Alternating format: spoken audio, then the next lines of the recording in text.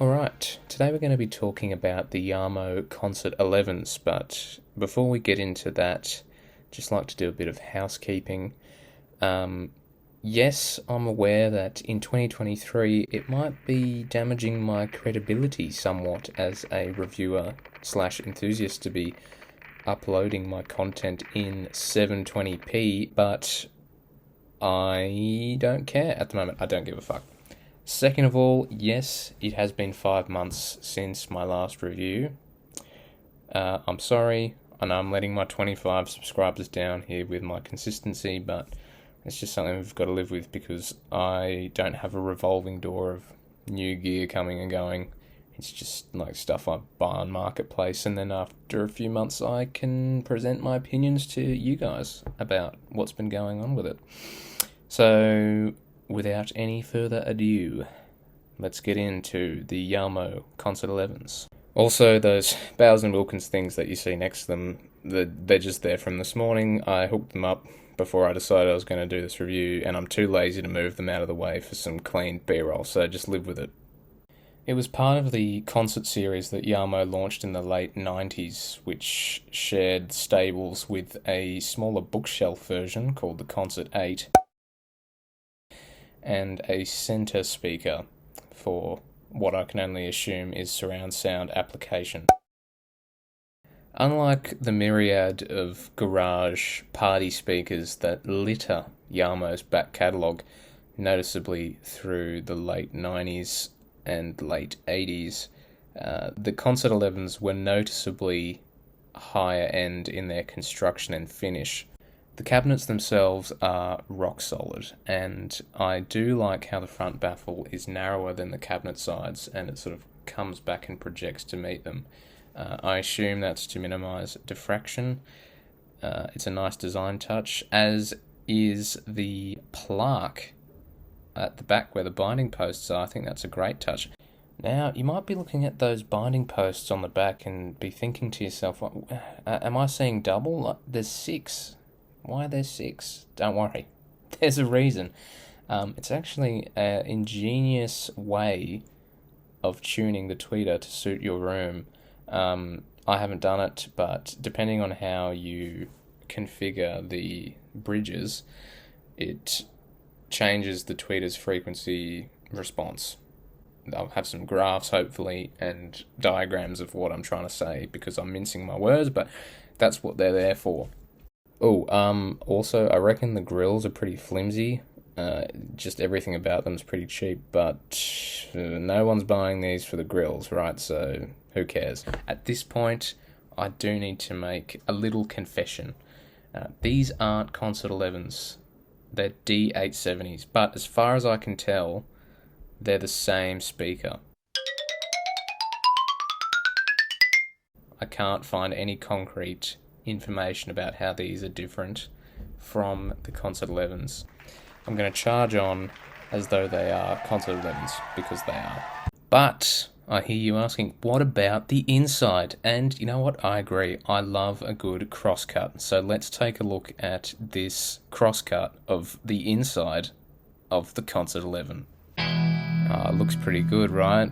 We got a lot of foam in there, lots of bracing, looks like a nice big chunky crossover down there with lots of big inductors. Yep.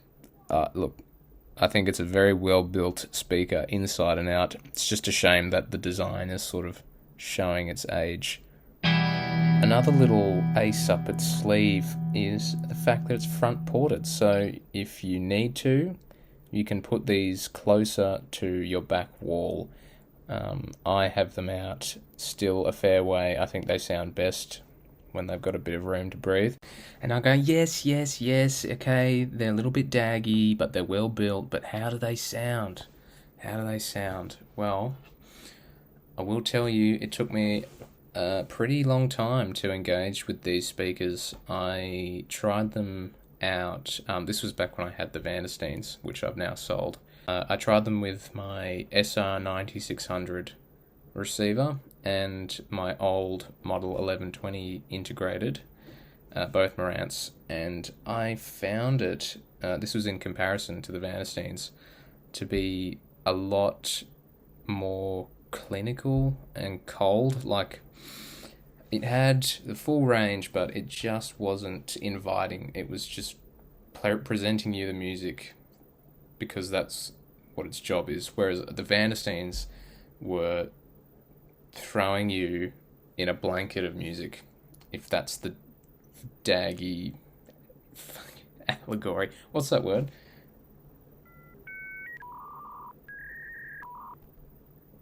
What is that word?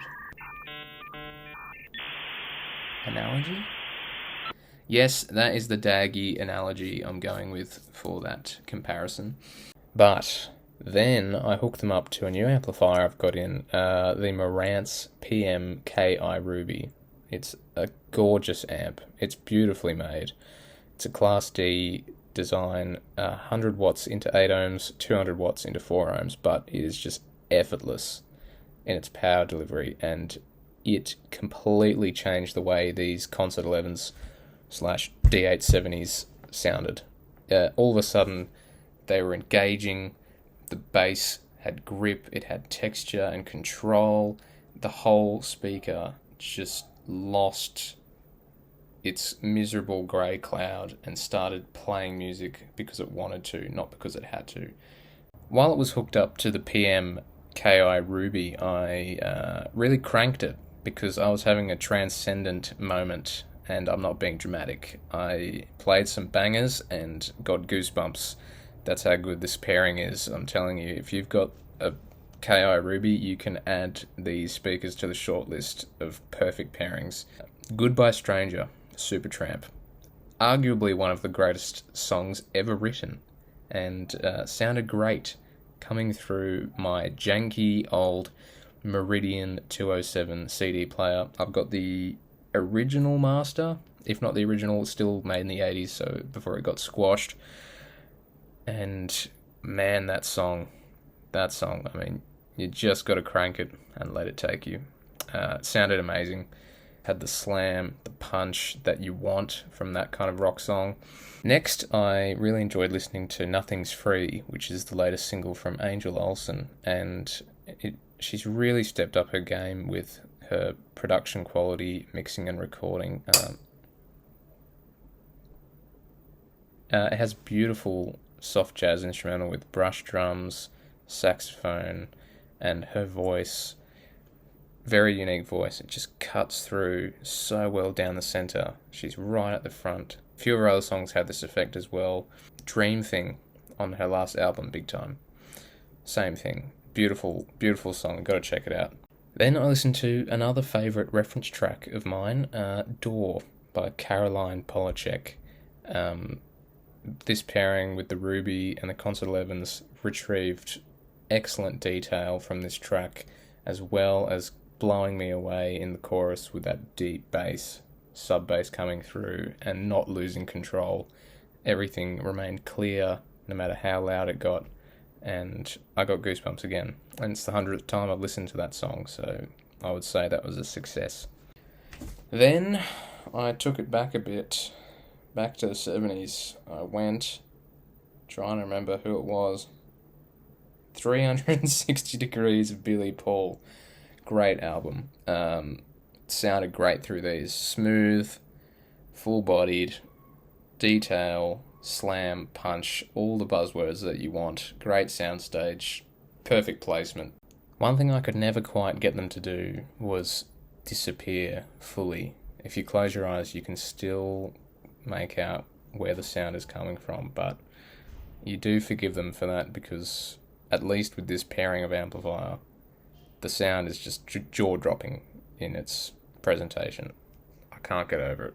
I did read on some dusty old forums that a few people were saying it was too bright of a speaker, the tweeter. I disagree. I think with this pairing, particularly, it might just be the amp that's cutting the harshness out, but I wouldn't say it's fatiguing at all. I think it's nearly perfect for what I want out of a speaker. What can I say in conclusion? in conclusion, with this amplifier, the PMKI Ruby, it is a match made in heaven, and these speakers sound sublime. However, the other two amplifiers I had did not produce the same effect, so that's one thing to consider if you're looking at buying these, is try and find out whether there's any internet scripture about whether your amplifier works well with these. Otherwise it'll be a bit of a dice roll. Bit daggy to look at, nicely built, and with a good pairing, they will blow you away. They blew me away. So I wholeheartedly... Oh, actually, there is a bit of chatter online that one of the drivers in the 11s, the C's woofer, is prone to corrosion and can fail. It seems to be a bit of a widespread thing. Mine's fine at the moment. I'm a little bit worried though in future what will happen, but that's another thing to consider, is that once that goes, unless you can get it repaired, they don't make replacements anymore. So see you next time.